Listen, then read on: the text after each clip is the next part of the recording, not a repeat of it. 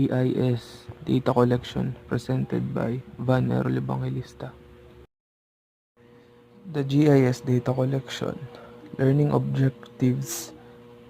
Describe data collection workflows.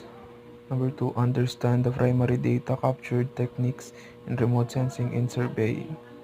Number 3, be familiar with the secondary data captured techniques of scanning, manual digitizing, vectorization, photogrammetry, and COGO featured construction. Number 3, understand the principle of data transferred sources of digital geographic data and geographic data format. And lastly, analyze practice issue associated with management data captured project. Introduction. In this chapter, data collection is split into data captured and data transfer. The first one is primary data sources are those collected in digital format specifically for the use in GIS project.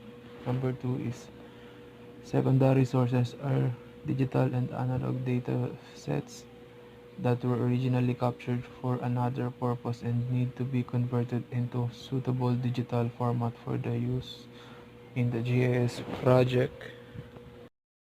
This chapter describes the data source, techniques, and workflows involving in GIS data collection. The process of data collection are also variously referred to as data capture, data automation, data conversion, data transfer, and data translation.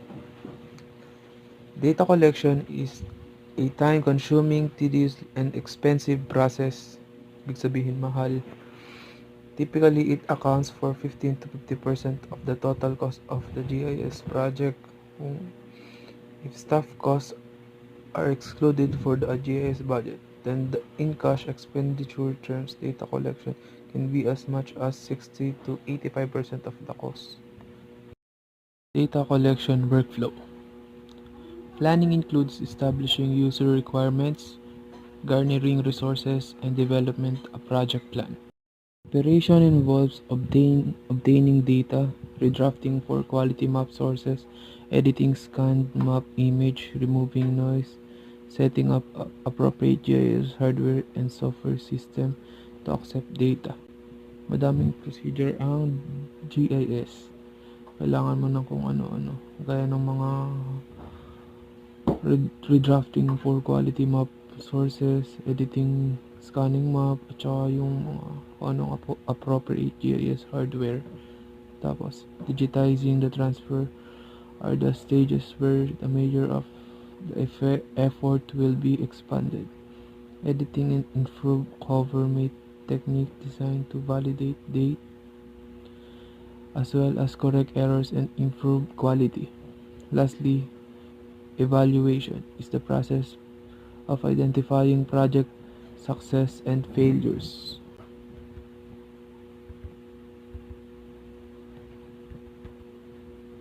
Primary geographic data capture.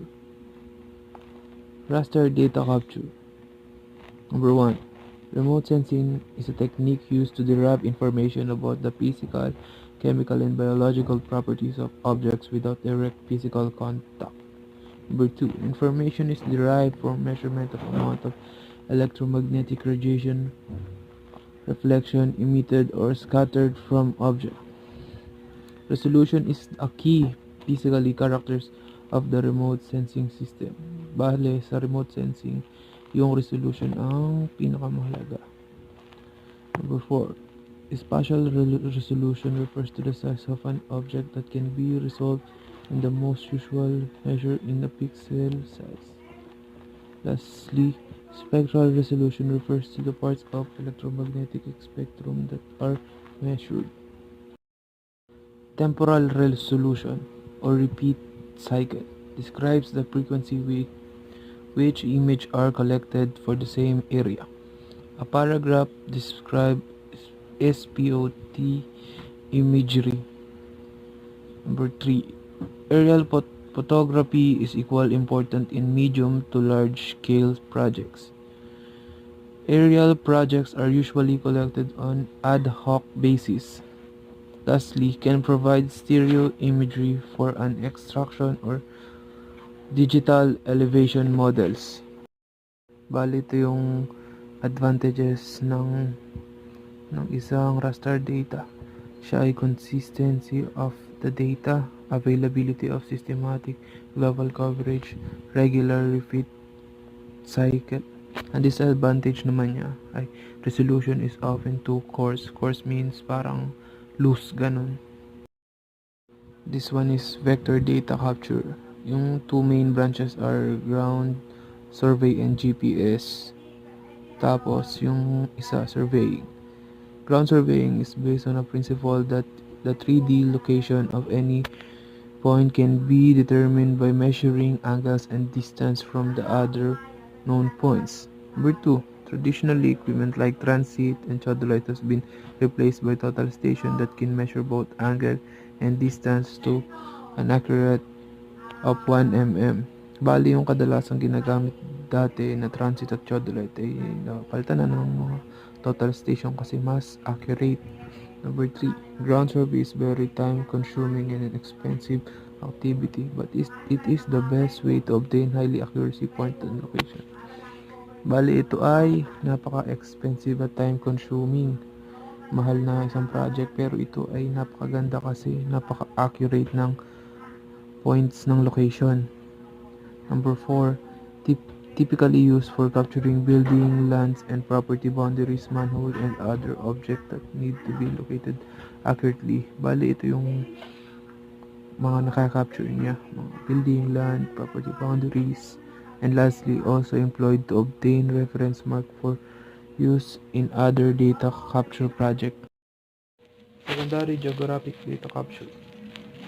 Raster data capture using scanners. Three main reasons to scan hard copy image are: number 1, documents are scanned to reduce wear and tear, improves access, provide integrated database storage, and to index them geographically. Number 2, film and paper maps. Aerial photographs and image are scanned and georeferenced so that they provide geographic context for other data. Lastly, maps, aerial photographs, and image are scanned prior to vectorization. Vector data capture. Secondary vector data capture involve digitizing vector object from map and other geographic data source.